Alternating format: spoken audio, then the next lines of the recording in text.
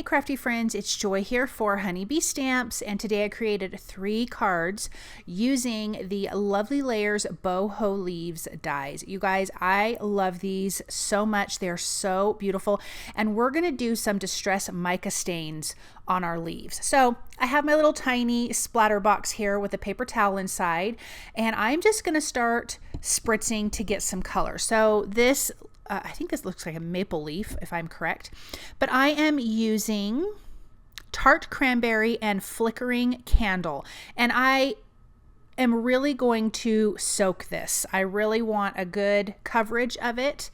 You can add water to move around, and I'm going to do that on one of my other leaves because my little sprayer wasn't working, but on 2 of the leaves, I'm not going to do water because you don't necessarily need to. I will be using my heat tool a lot. Because on some of them there's a lot of liquid, I can kind of push it around. So here I'm going to push that yellow over a little bit.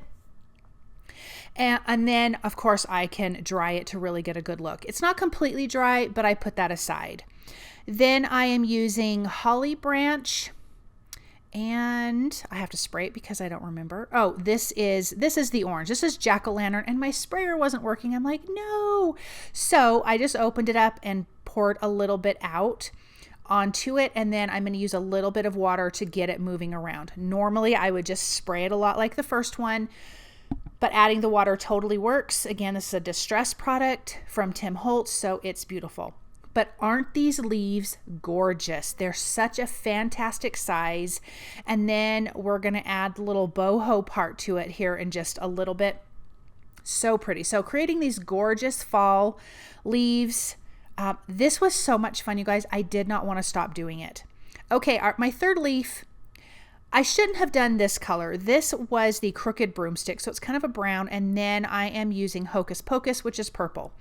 I ended up changing it and adding the Flickering Candle to this because I did not like the brown. So if you like the yellow, like if you have these in your stash, because I don't even know if they're even still available because I know these were like holiday releases, skip the Crooked Broomstick and just add the yellow. So I'm going to add more of that.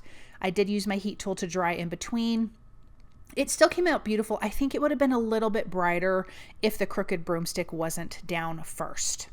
I am going to use that on another part, and then it really stands out beautiful, but I just didn't love it with the purple. It was just too dark. Then I decided I'm going to splatter a little bit as well. So I'm going to open these up just with some of the coordinating colors and just do a little bit of splatter to add that extra texture to it. And it is so pretty. So for this one, I used the Holly Branch and Jack-o'-lantern. The other one, this one was the Hocus Pocus and the Flickering Candle. And the first one was the Tart Cranberry, and I think that's the only one I splattered with that, but I also used Flickering Candle on this one as well. But this is so shimmery and so shiny. Make sure you shake them up good because you want all that stuff mixed in there beautifully. Okay, so I'm going to set these aside to dry, and then we're going to work on these beautiful little lace pieces. Everything I die cut from a mixed media cardstock. It's a pretty thick cardstock that can handle water and liquid and things like that. So I am using, oh, what is this one? Merry Mint, and then a little bit of the Broomstick, just in a couple little areas, and then I'll use my heat tool to dry it. And this is my favorite. It's so pretty.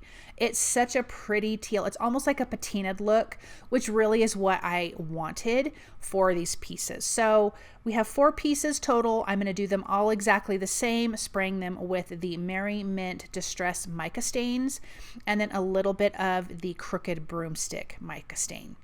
And again, the heat tool just to get everything dry, although I don't think everything was completely dry. So I was being really careful when I was putting my cards together. So then I'm using the Soulful Season 3D embossing folder. I have a piece of white A2 size cardstock. I spritzed that with a little bit of water, and I did that 3 times because I'm making 3 cards. My sentiments are from the Forever Grateful stamp set. I'm inking that up with black ink, and I'm using the coordinating die to die cut out all of the sentiments. And my 3 sentiments say, my heart is full of thanks for you. Thank you for making my heart so full and so thankful for you. So we always need thank you cards, and these are fantastic. All right, I'm going to add liquid glue because I really want this to hold, but I'm only going to add it in like that solid spot. I want my edges lifted up. I like that look. It gives it a little bit of dimension. So that is kind of what I'm going for. I am not going to glue down all of the edges because, again, they're lifting up. It looks good. So this one, I'm going to do more of the liquid glue in the centers. So the edges will be lifted a little bit. But I need to make sure I put enough liquid glue on there. And then these just line up and kind of just form against the leaves. And it's so pretty. Isn't it stunning? That maple leaf is my favorite. I love the red and yellow together, and then that kind of patinaed lace is so beautiful. I am adding a 2mm foam adhesive behind all of the leaves. I just thought these leaves against this white background, but it has all that gorgeous texture from that 3D embossing folder.